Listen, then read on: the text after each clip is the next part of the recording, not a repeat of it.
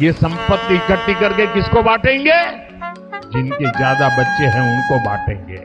घुसपैठियों, भगवान राम को काल्पनिक कहकर कांग्रेस इस वोट बैंक को खुश करना चाहती थी। और पहले जब उनकी सरकार थी उन्होंने कहा था कि देश की संपत्ति पर पहला अधिकार मुसलमानों का।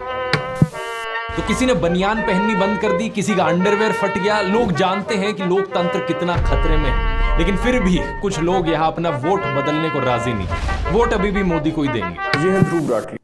अगर ध्रुव राठी को इंडियन मोदी गवर्नमेंट के खिलाफ सबसे बड़ा क्रिटिक कहा जाए तो गलत नहीं होगा।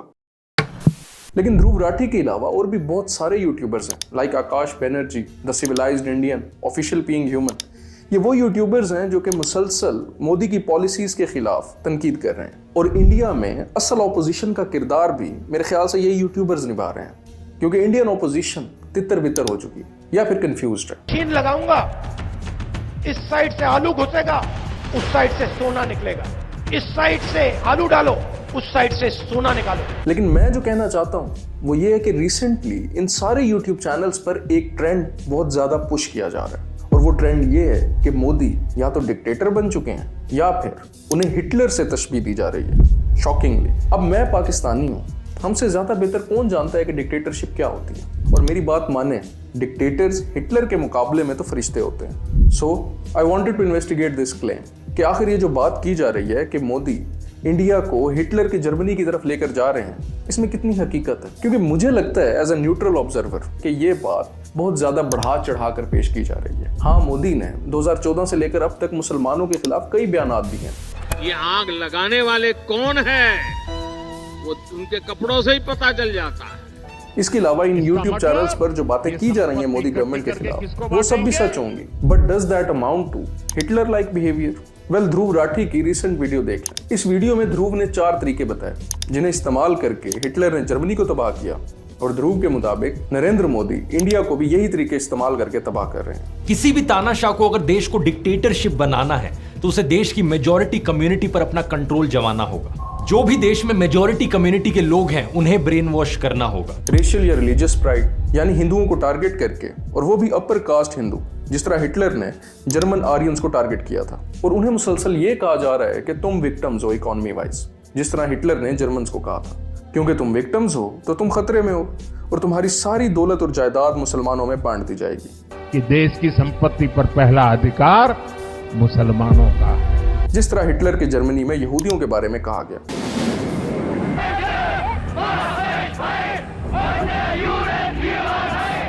लेकिन आप लोगों को परेशान होने की जरूरत नहीं है, क्योंकि मैं आ चुका हूं और मैं आपको इन तमाम खतरों से बचाऊंगा, जिस तरह हिटलर ने जर्मनी में कहा। और क्लेम यह है कि मोदी भी इंडियन हिंदुओं को यही पाठ पढ़ा रहे हैं, ताकि हिंदू वोटर अपने ही मुसलमान भाई के खिलाफ भड़के और फिर भाजपा को वोट करे। मोदी भी इंडियन हिंदुओं को बचाएगा, जिस तरह हिटलर जर्मन्स के सामने अपने आप को जीसस क्राइस्ट बनाकर पेश करता था, यानी द सेवियर। और ये सब होता कैसे है? व्हाट्सएप यूनिवर्सिटी के थ्रू। हर हफ्ते हर दिन आप पर झूठे मैसेजेस की बौछार करी जाती है। ये देखो, ये आपके घरों के अंदर आपको मार देंगे, ये देखो वहां पर क्या हुआ, ये देखो वहां पर कैसे साधुओं को मार दिया। आपके साथ भी हो सकता है किसी दिन। फेक न्यूज और propaganda pro Modi WhatsApp groups या प्रो मोदी मीडिया, जिसे गोदी मीडिया भी कहा जाता है, उसके थ्रू पूरे इंडिया में फैलाया जा रहा है। ये सेम फेक न्यूज बीजेपी के स्पोक्स पर्सन ने टीवी पर पहले भी कही है। 2014 से पहले जब देश के प्रधानमंत्री खड़े होकर कहते थे देश में संसाधनों पे पहला अधिकार मुसलमानों का है, वहीं मोदी की गोदी में बैठी मीडिया ने भी न्यूज के नाम पर यही फेक न्यूज खुलेआम फैलाई है। अब देश के संसाधनों पर पहला हक मुसलमानों का है, ये बात डॉक्टर मनमोहन सिंह ने बोली। और इस तरह मोदी एग्जैक्टली वही पाथ फॉलो कर रहे हैं जिस तरह कभी हिटलर ने किया था। तो कहा करते थे कि देश के संसाधनों पर पहला हक माइनॉरिटी का है, अल्पसंख्यकों का है, और उसमें भी मुसलमानों का है। ये झूठ है, झूठ है, झूठ है। यानी Modi is the new Hitler and Muslims are the new Jews. And I thought कि सूरत हाल वाकई इतनी खराब हो चुकी है। एंड ऑनेस्टली मैं चाहता था कि मुझे रीजंस मिलें कि ऐसा बिल्कुल ना हो, क्योंकि इस सूरत हाल से किसे फायदा होगा? ना ही हिंदुओं को, ना ही मुसलमानों को।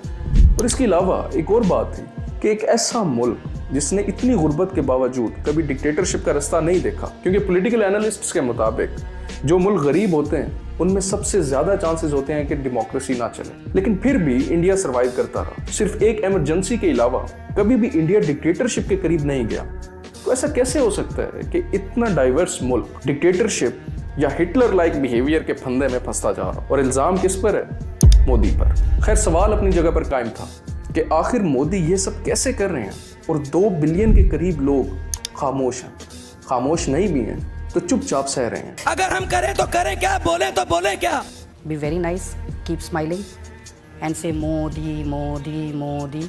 देन आई थॉट, क्यों ना ये समझने की बजाय कि मोदी या हिटलर ने किस तरह अपने लोगों को ब्रेन वॉश किया, ये समझा जाए कि मोदी या हिटलर जैसे हुक्मरान ऐसा करते क्यों हैं और वो अवाम में इतने कामयाब कैसे होते हैं। सो मैंने रीजंस तलाश करना शुरू कर दिया और फिर मेरी नज़र पड़ी एक डॉक्यूमेंट्री पर, एक जर्मन डॉक्यूमेंट्री जो कि 70s या 80s में बनाई गई थी। इस डॉक्यूमेंट्री का नाम था हिटलर अ करियर। नाम से ही आप लोगों को ये अंदाज़ा हो गया होगा कि ये डॉक्यूमेंट्री हिटलर के उन एस्पेक्ट्स के बारे में बताएगी जिनके बारे में आम आवाम को बहुत कम पता है, कि आखिर हिटलर ने अपना करियर बिल्ड कैसे किया, अवाम में इतना मकबूल कैसे हुआ और वो मकबूलियत उसने कायम कैसे रखी। तो आगे मैं इस वीडियो में मैं उस तरीके पर बात नहीं करूंगा जिसका जिक्र ध्रुव राठी ने किया, बल्कि उन सिमिलैरिटीज की बात करूंगा जो कि हिटलर और मोदी के करियर में मौजूद है। इसके अलावा मैं डिफरेंसेस पर भी बात जरूर करूंगा, क्योंकि अगर हम सिमिलैरिटीज की बात कर रहे हैं जबकि मोदी और हिटलर के दरमियान जो मेजर डिफरेंसेस हैं उन पर बात नहीं करेंगे तो ये जर्नलिस्टिक डिसऑनेस्टी है। हिटलर हैड हम्बल बिगिनिंग्स, एक सिविल सर्वेंट का बेटा था और ख़ानदान की मुआशी हालत भी अच्छी नहीं थी, जबकि दूसरी तरफ Modi as you all know एक चाय वाला था।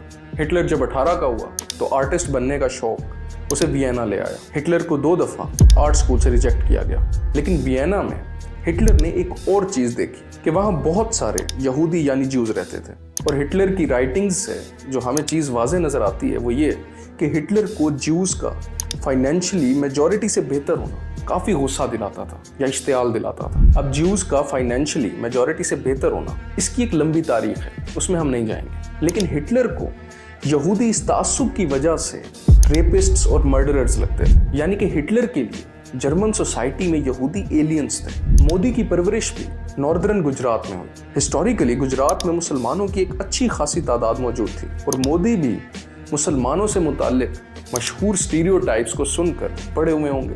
इसका मतलब ये संपत्ति इकट्ठी करके किसको बांटेंगे?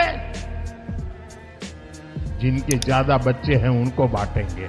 हिटलर ने वर्ल्ड वॉर 1 के बाद 1919 में वर्कर्स पार्टी के नाम से एक पार्टी ज्वाइन की। ये एक शदीद राइट विंग पार्टी थी जो कि बाद में जाके नाटसी पार्टी बनी, यानी कि nationalist socialist German workers party. दूसरी तरफ मोदी ने राष्ट्रीय स्वयं सेवक 8 साल की उम्र में ज्वाइन की और फिर 60s में जाकर आरएसएस के मुस्तकिल मेंबर बन गए। अब सब जानते हैं कि आरएसएस की आइडियोलॉजी क्या है।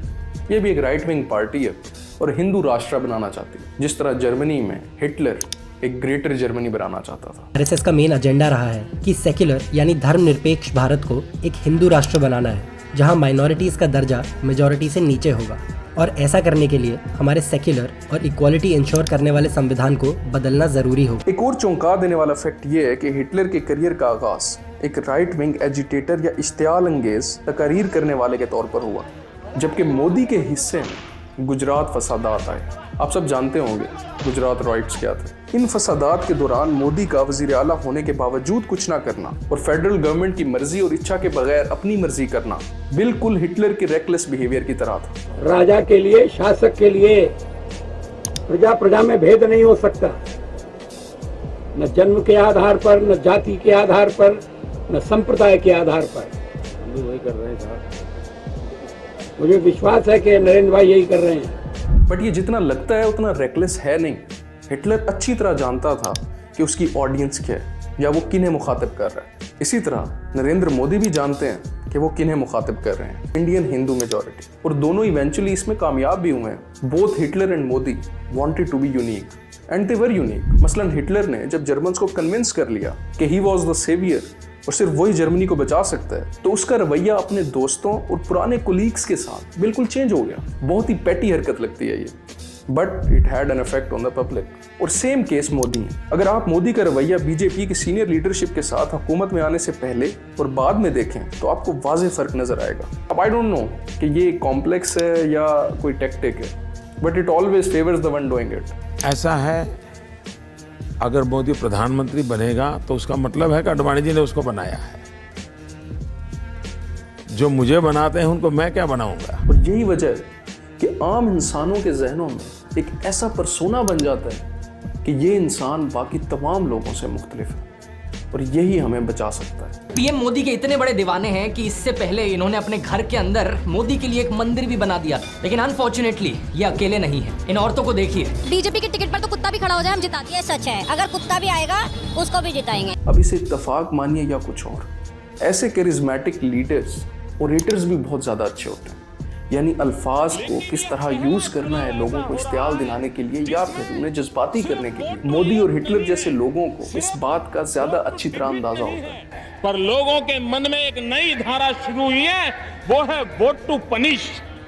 जिन लोगों ने देश पर करोड़ों रुपयों का बोझ लगा दिया, जिन्होंने एक अच्छी सरकार को हटा दिया, जिन्होंने एक अच्छे प्रधानमंत्री को हटा दिया, उनको पनिशमेंट देना, उनको सजा देना इस चुनाव के अंदर एक सबसे बड़ा अहम मुद्दा बना हुआ है। और जैसे साइकोलॉजी में कहते हैं कि आप जिस तरह लोगों के सामने खुद को पेश करेंगे, लोग वैसे ही आपको समझेंगे। मोदी ही हिंदू हृदय सम्राट है, देश के हिंदू हृदय सम्राट ही नहीं है, आज वो सबसे बड़े हिंदू हृदय सम्राट। इंडी अलायंस वाले लोग जानबूझकर हिंदू धर्म का अपमान करते हैं। And people started worshipping Hitler. Now in India they worship Modi. Karnataka में अरुण वार्नेकर नाम के एक आदमी प्रधानमंत्री मोदी की जीत के लिए स्पेशल पूजा कर रहे थे। गॉडेस काली को अपना खून चढ़ाना चाह रहे थे कि गलती से उन्होंने अपनी उंगली काट दी। और कौन चाहता है कि वो लोगों के ऊपर अपने इस जादू को खोए। अब मसला ये है कि ये जादू असल में तो झूठ और धोखे से हासिल किया जाता है और लोगों को नए नए ख्वाब दिखाकर हासिल किया जाता है, इसीलिए इसके टूटने का खदशा भी होता है। Why can't you say that you regret the killings that happened? Why can't you say that maybe the government should have done more to protect the Muslims? What I have to say, I have said at that time, and you can find out my statements. Just say it again. Not necessary. I have to talk about the in 2007 everything. What you want to talk? But by not saying it again, by not letting people hear the message repeatedly, you're allowing an image that is contrary to the interest of Gujarat to continue. It's in your hands to change. I'll have to rest. पानी आप पीछे रहे। दोस्ती बनी रहे, अपनी दोस्ती बनी रहे यार। मोदी साहब, मोदी साहब। सो हिटलर या मोदी ये अफोर्ड ही नहीं कर सकते कि ये जो चाहते हैं लोग उसके सिवा कुछ और सोचें। सवाल प्रधानमंत्री जी आपके लिए आपकी इजाजत। देखिए, हमें पूरा भरोसा है, मैंने जवाब दे दिया ना, हर चीज का जवाब प्रधानमंत्री जी ने देना जरूरी नहीं है, क्योंकि सवाल का बुनियाद ही नहीं। जिस तरह हिटलर अपनी तकरीरों के थ्रू जर्मन्स को बच्चों या एम्प्टी हेडेड लोगों की तरह ट्रीट करता था, उसी तरह मोदी भी करते हैं। और कोशिश ये है कि इंडियन हिंदुओं को भी उसी तरह ब्रेन वॉश किया जाए जिस तरह हिटलर ने जर्मन्स को किया था। मुस्लिम लीग की छाप है, मुस्लिम लीग की भाषा लिखी गई है, मुस्लिम लीग की छाप है। बार बार जानबूझकर हिंदू धर्म का अपमान करते हैं। But let's go back to the press conference. मैंने जवाब दे दिया ना, हर चीज का जवाब प्रधानमंत्री जी ने देना जरूरी नहीं है, क्योंकि सवाल का बुनियाद ही नहीं है। मैं मुसलसल बात कर रहा हूँ कि हिटलर या मोदी दोनों अपने आप को पब्लिक की नज़रों में ग्लोरीफाई करना चाहते हैं, लेकिन ये सब they can do alone. They always need a propaganda minister. Hitler का प्रोपेगेंडा मिनिस्टर जोसेफ गोबल्स भी हिटलर के सियासी करियर की शुरुआत से ही उसके साथ मौजूद था, और इन मोदीज केस अमित शाह गुजरात के दिनों से ही मोदी के साथ मौजूद है। और मैं मानता हूँ कि नरेंद्र भाई के नेतृत्व में फिर से एक मजबूत भाजपा सरकार राज्य में बनेगी। जोसेफ गोबल्स ने एक दफा कहा था कि बंदूकों की मदद से ताकत हासिल करना अच्छा है, लेकिन लोगों के दिल जीतना और फिर वही सूरत हाल बरकरार रखना ज्यादा बेहतर है। सूरत हाल बरकरार रखना एक बहुत बड़ा चैलेंज है। जोसेफ गोबल्स ने ये सूरत हाल बरकरार रखी उस वक्त प्रिंट मीडिया को कंट्रोल करके, क्या प्रिंट मीडिया के थ्रू प्रोपेगेंडा करके, जबकि मोदी के केस में पूरा इलेक्ट्रॉनिक मीडिया बिक चुका है। वहीं मोदी की गोदी में बैठी मीडिया ने भी न्यूज के नाम पर यही फेक न्यूज खुलेआम फैलाई है। अब देश के संसाधनों पर पहला हक मुसलमानों का है, ये बात डॉक्टर मनमोहन सिंह ने बोली। डॉक्टर मनमोहन सिंह ने बोली, वो मुसलमान नहीं थे, वो तो सिख थे। And this is true.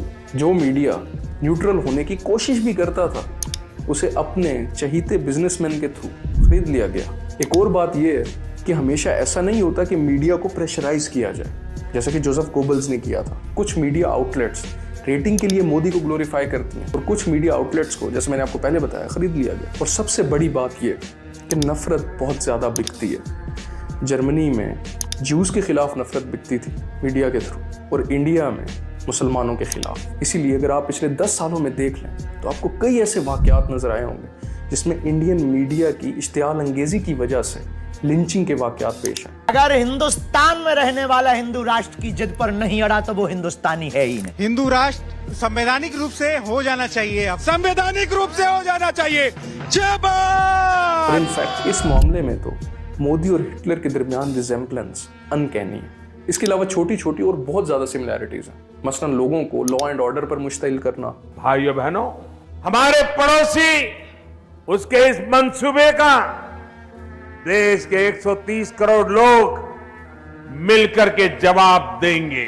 अवाम के साथ साथ अपने आप को भी विक्टिमाइज करना, यानी कि मैं भी आपकी तरह इसी तरह के हालात से गुजर कर आया हूं, but I am above that now, और मैं ही आपको अब बचा सकता हूं। इसी वजह से सोचो भी वही जो मैं चाहता हूं। There, as a political party, they have right to seek your vote, but then they are not stopping there.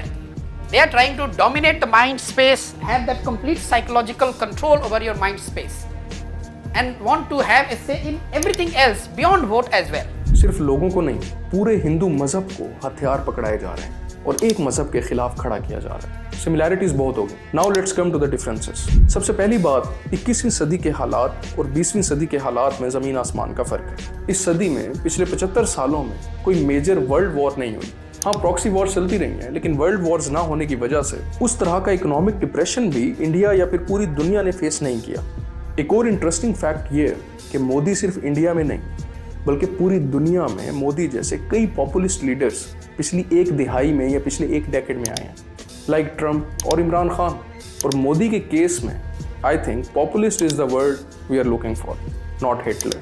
Populist leader वो होता है जो कि अवाम को कन्विंस करता है कि असल ताकत उनके पास है और एलीट ग्रुप्स या इस्टेब्लिशमेंट उनके कंसर्न्स को धुतकार रही है, जिसकी वजह से ना सिर्फ इकोनॉमिकली बल्कि पॉलिसी वाइज भी आम लोगों को इग्नोर किया जा रहा है। वर्ल्ड वॉर 2 के बाद इस तरह के कई लीडर्स आए हैं जिन्होंने सेम स्ट्रैटेजी इस्तेमाल की है और हुकूमत में भी आते हैं। लेकिन मसला ये है कि ये पॉपुलिस्ट सही सवाल तो पूछते हैं लेकिन इनके खुद के पास जवाब नहीं होते। इसके अलावा हमेशा टारगेट भी उस मुल्क की मेजॉरिटी पॉपुलेशन को करते हैं। And as I told you earlier कि मोदी के केस में वो है मेजॉरिटी हिंदू और इमरान खान के केस में कॉन्शियसली या सबकॉन्शियसली इट वाज मेजॉरिटी सुन्नीज।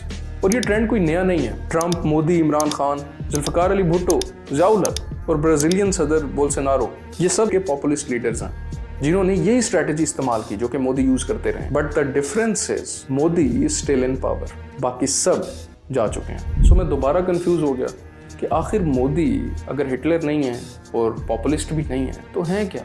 वो ऐसा क्या कर रहे हैं कि जो इंडिया की मेजॉरिटी हिंदूज़ हैं वो उन्हें अभी तक सपोर्ट करते हैं? क्योंकि जिन सवालों के जवाब इमरान खान, ट्रंप या ब्राज़ीलियन सदर के पास नहीं थे, उनके जवाब मोदी के पास भी नहीं है, लेकिन वो अभी तक अपनी हुकूमत कायम रखे हुए। Then it came to me कि मोदी ना हिटलर है और ना ही कोई पॉपुलिस्ट लीडर है। हाँ, ऑब्वियसली पॉपुलिस्ट लीडर है, लेकिन जो स्ट्रैटेजी वो इस्तेमाल करता है वो है मुनाफकत या हिपोक्रेसी। ये एक तकरीर है जो कि मोदी ने कहीं बाहर की थी, इसे जरा सुने। भारत मदर ऑफ डेमोक्रेसी है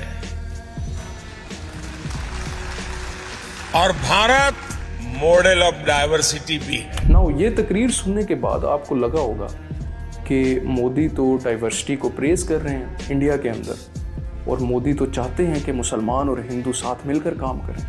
बट वो जब अपने मुल्क में आते हैं तो वो और उनके छोटे छोटे जोसेफ गोबल्स क्या बातें करते हैं, ये सुने। हिंदू राष्ट्र बनाने का मुद्दा जोर पकड़ता जा रहा है। भारत को हिंदू राष्ट्र बनाने की मांग उठने लगी है। हिंदू राष्ट्र की मांग बहुत जोर पकड़ रही है। इस राष्ट्र को हिंदू राष्ट्र होना ही पड़ेगा। भारत को हिंदू राष्ट्र बनाना ही आवश्यक है। संविधान में परिवर्तन होगा, धर्मनिरपेक्ष शब्द हटाया जाएगा, हिंदू राष्ट्र घोषित किया जाएगा। सो मैं जिस नतीजे पर पहुंचा हूं वो ये है कि मोदी कभी भी हिटलर नहीं हो सकते, क्योंकि मैं तारीफ नहीं करना चाहता हिटलर की, बट ही वॉज कंसिस्टेंट। जबकि मोदी कंसिस्टेंट भी नहीं। He is just a hypocrite, जो कि मुल्क के अंदर कुछ और बात करते हैं और बाहर कुछ और यही चीज मैं इंडियन हिंदूज के सामने रखना चाहता था। हिपोक्रेसी की भी सीमा होती है। पर जो मैंने रिसर्च किया, ये जो मैंने सिमिलैरिटीज और डिफरेंसेस देखे हैं हिटलर और मोदी के दरमियान, तो मुझे लगता है कि ये एक दूसरे से कोसों दूर है। हाँ, कुछ स्ट्रैटेजीज हिटलर वाली भी यूज की जा रही हैं मुसलमानों को डिमोनाइज करके अपनी पावर कायम रखने के लिए, और यही मेरा डर है कि अगर इस दफ़ा इलेक्शंस में सीटें कम आई तो मोदी में भी डबल डाउन करें मुसलमानों के ऊपर और उनकी पार्टी मज़ीद जो मुसलमान फैक्टर या पाकिस्तान फैक्टर उसे यूज़ करे हुकूमत में रहने के लिए। सो अगर आप एक सिविलाइज्ड इंडियन हैं और मोदी को चाहते हैं तो आपके लिए सोचने का मुकाम है और देखें कि आप इंडिया को किस तरफ लेकर जा रहे हैं। और अगर आप एक मुसलमान हैं तो आपके लिए ज़रूरी है कि आप बहादुरी का मुजाहिरा करें और खुलकर मोदी गवर्नमेंट की पॉलिसीज़ के ख़िलाफ़ बोलें, क्योंकि अब ग्लोबलाइज्ड वर्ल्ड है और पूरी दुनिया का मीडिया सबसे बड़ी डेमोक्रेसी पर नज़र रखे हुए है। तो अगर आप खामोश रहेंगे और बोलेंगे नहीं तो आपकी कोई नहीं सुनेगा, क्योंकि अगर मोदी जैसे एक्सट्रीमिस्ट्स फ्यूचर में भी आते रहे तो आपकी बाहर तो क्या अपने मुल्क में भी नहीं सुनी जाएगी, और वो लोग जो अभी आपके सिंपैथाइजर्स हैं वो भी आपका साथ देना छोड़ सकते हैं। अल्लाह हाफ़िज़।